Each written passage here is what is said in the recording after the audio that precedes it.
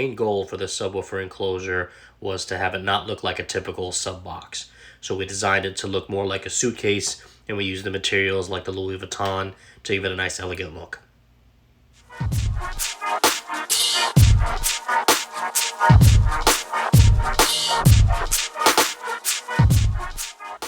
In this picture here, you can see that we traced on this MDF the design that we want for the internal subwoofer bracing. Bracing is very important to any subwoofer enclosure to get the performance that we want.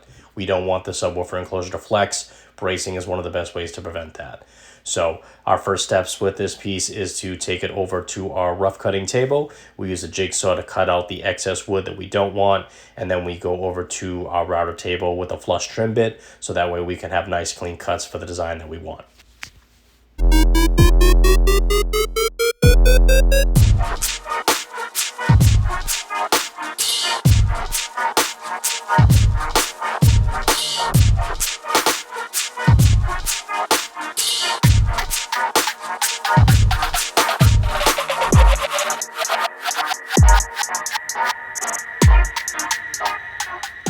Once we have our design finally cut out, we then switch over to the roundover bit. This roundover bit allows us to make all of the internal edges of that bracing nice and smooth and round. That way the sound waves inside of the subwoofer enclosure can freely flow through the box.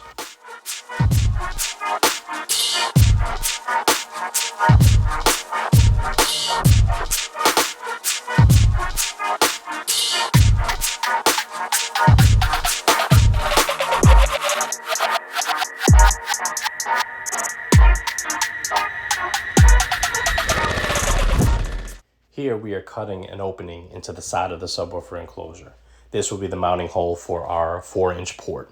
Once that hole is cut, we will then test our port to make sure it fits and lines up with the opening inside of our brace.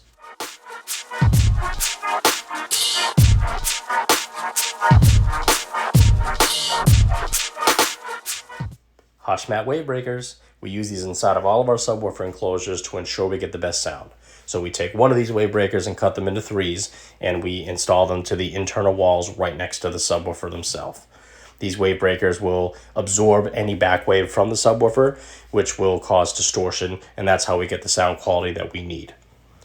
Now we are attaching the rear wall, and now that the rear wall's on, we can put our final wave breaker right behind the subwoofer itself. These will not change the airspace of the subwoofer enclosure, but will ensure that there are no standing waves or any back wave cancellation from the sub.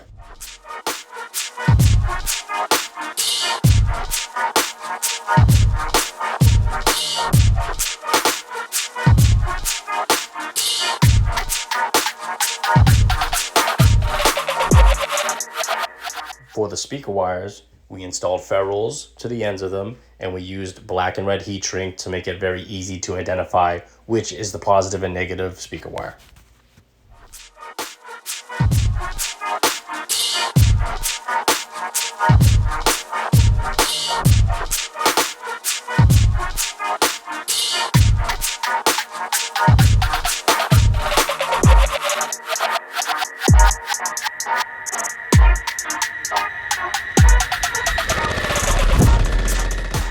Our mission has been accomplished.